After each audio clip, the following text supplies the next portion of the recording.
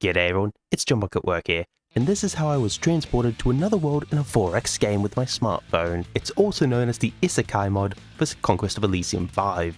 Now we're going in as the outsider, so I'm brought into this world by the gods themselves, and now that we're here, we're going to take it over. But to stop us are Elysium royalty. A troll king, a dwarf queen, a dryad queen, a baron, and a kobold king. We've even bumped them up to max difficulty, and it's time to commit some regicide to prove we are the one true Lord of Elysium. We spawn in and we are directly outside of the Empire's walls. What a juicy target. Now, as an outsider, we've got this portal which will let us scry the map, so we can look straight past the capital and it's just an island, good, no enemies. Now, you may have remembered we set this difficulty to Emperor, the highest it goes. Surely this is because I'm so good at games and awesome and cool and you should subscribe, but nope, we just have a bunch of magic and natural resistances and even health regen. We are absolutely OP, and we're gonna have fun with it.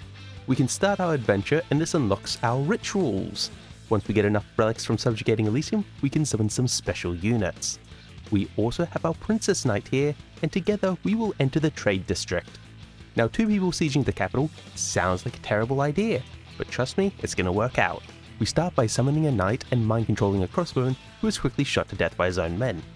From there we're able to repeatedly peg them with rocks while electrocuting them, and our knights will break down the gate. Their remaining defenses keep firing on me, but we outheal the damage easily and I take the district. Now that we're here, we can do something special. Our Princess Knight has a fun ability, Establish Peasant Garrison. We'll get a bunch of levies and crystals that are locked in place to protect our district, and then we'll move in to take another. We'll also take a quick peek further north, and yeah, it looks like the capital's going to be fairly safe. What's not safe, however, are the slums. Much like before, we mind control a soldier who gets obliterated by his own men, then we alternate throwing rocks and electrocuting the rest of them until they finally drop dead. Cool, now we get to move on to the temple district. This time we don't even bother with the mind control, we just go in and kill them all ourselves. It's another easy win, but our summon did die and our princess was a little hurt, but we look through our loot and see we get a bloodstone amulet that gives health regen. Since our outsider already has regen, we'll give it to the princess and summon another garrison to keep the capital under our control. Now looking at the Capitolium, I am a little scared. Siege equipment like their ballista could kill us since it's just one instance of high damage, and we don't have any fodder to take the shots for us, so I'm fine with just letting them be for now. Instead, we will look south and find that we have a kobold infestation. Their lair is in sight and I don't want to have to deal with them later, so we're gonna prep for an invasion. I start by using our relics to summon a human, and we get infantry, but like World War II infantry with an M1 Garand. With our little stack, we'll head south and check the kobold's watchtower. Oh yeah, they're dead meat. We fire on the tower, damaging the barricade and killing most of those inside before we start cleaning up with magic. It was a perfect battle. The next fight will take their shaman and the army melts away under a hail of bullets. It's kobold season, we've got a license to hunt. We now take their village, raise the garrison, and hire another human, and it's more infantry. We'll try again and we get a trade princess who comes with caravan guards. They have the ability to buy a small army and a couple cash generating abilities, but for now our mind is just on the invasion. We weaken their defenses, but we step onto some poison traps, causing us to take more damage throughout the battle. But the kobolds are dying faster to our bullets. We only lost a few men, and that was to the poison after we already won. But still, it's job well done, and the kobolds are gone. Now we have some gold to our name, we'll hire the Duke Knight Commander and a Task Mistress for the Kobold Lair. Now they're going to help us earn more resources through enforcing mandatory working hours. We repeat this process at some nearby mines, and we make a move to the rest of the continent. But to protect our border, we're going to build a pillbox on this silver mine, just to make sure there's no funny business. Oh, and now the dwarves are making an appearance. Now I want to take a quick second to explain how this faction hires units. We only start with Great Knights and Brigadiers, but as we hire more commanders like that Duke Knight, we get access to more units like these Gold Knights. So I think we may need to think about hiring commanders just to access their unique troops, but before that we want more gold. I decide to take this farm with everyone, and as I do, the dwarves just get jumped by the Baron. From the battle at the farm, we get money and a little tag-along who didn't want to get shot. Closer to home, we'll chase up some ghosts before making some more out of the Baron's army. Now what did you expect? We killed them all, and we're looking for more. We pull up to their castle and siege them down, but the reinforced walls are actually doing work. We're struggling to break them down and only really taking a couple of pot shots at the defenders outside of our magic. Still, it's not enough to protect their walls, and their forces are almost completely gone by the time we finally crack the gates open. The faction, however, survives. They were able to spread to another area. Our outsider, however, seems to have picked up some sort of PTSD from that last battle and won't be moving for a while. So instead we'll just start fortifying. We raise levies to man the garrisons, and by winter he's gotten over it. Now, because we're in a castle, we can empower the nobility. And wouldn't you look at it, she looks crazy as hell. This is exactly what I wanted. She can also raise some cheap units to guard the settlements or just show us where books are located, the absolute nerd. But I will say, that is a good number of units, even if it's just for meat shields. Now, let's see how the new hire does in a siege. Oh my god, thunder rains down and it already looks like it's time for cleanup duty. Even on max difficulty, they just don't have the resources yet to challenge us. Well, if that's the case, we can just take more. We'll grab another human, and we got a sword maiden this time with some friends. She can get some more levies and effigies, which stack with the princess's garrison ability, so we basically have a pop-up defense army at any settlement. We also scry a random spot on the map and find the Baron hiding out in a fort next to the Troll King. But before we head out, we've got something fun to do. By taking the Baron's castle, our princess can upgrade it to a royal palace, which will increase our gold income from all conquered locations. That alone bumps up our income from 61 to 76. Now, with this we got a nice space to defend, but before we pick a target, the old troll appears and... I'm sorry to say, but this is the wrong neighborhood. We jump them with lightning and lasers, our sword maidens keep the summons at bay, and the old troll is quickly killed. But unfortunately, we did not get to mind control them. Well, we're just gonna have to cope by culling some of the Dryad Queen's units. This army is mostly made up of centaurs, but they're stronger than expected. They kill off most of our war maidens and are a lot tankier than I thought, but they're still getting sent to the glue factory in the sky. As we head back to our base, we spot the Baron has an army sneaking out here. It's a decent size all things considered and makes for a good target. But first, we get enough relics to summon an ancient hero. And oh sick, we got ourselves a ridiculously powerful, immortal blood tyrant who's looking to kill. They can also create some vampire brides if we bother with sacrifices, but they're quite expensive, so I can just sell them instead. Looking back at the Baron's base, he's actually being pressured by the Dryad Queen, so let's help make his job easier by getting rid of that pesky army on the south that he has to order around.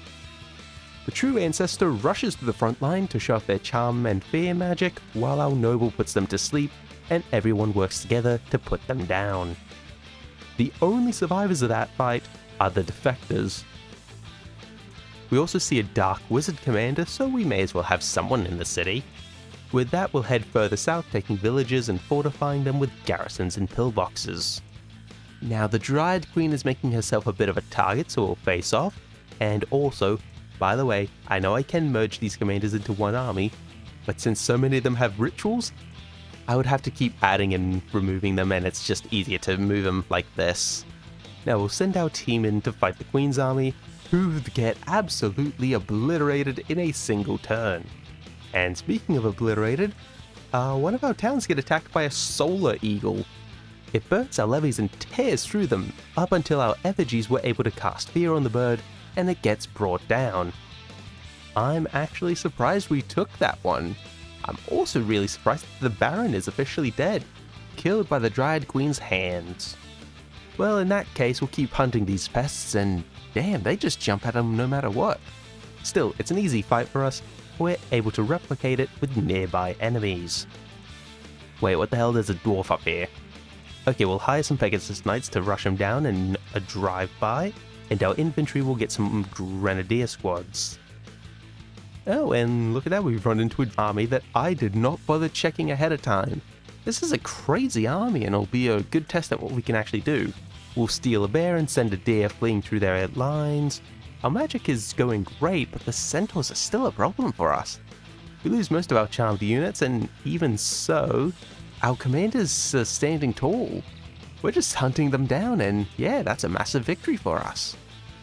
We'll look for more enemies with a scry, but it only shows us a very unlucky dwarf. For our armies, we'll send the noble and the 2 infantry divisions to take a neutral castle in the siege, and goddamn, that's a thing of beauty. Lightning and explosives cover the walls as the defenders are helpless. Blast after blast, they're already dead by the time the battle proper begins. And with that, the castle is mine. Speaking of mine, we'll scry ourselves a new target, and there's an awesome gold mine being defended by neutral dwarves. Good practice for the ones we're going to kill anyway. A regular dwarf tries to block our way, so we'll bring in the nearby Pegasus riders for some fun, and again it's just a single dude with terrible luck. We also get hit with a surprise attack as a merchant tries entering the trade district. Fitting, as we get to make a great trade here. We give them arrows, we take their lives. Though I do have to admit, our guys are a bit weak, but what did you expect from a free army? Now we're going to take a look back at the prize and take this gold mine. The Pegasus Knights rush in and clear the walls immediately as we break down the front gate.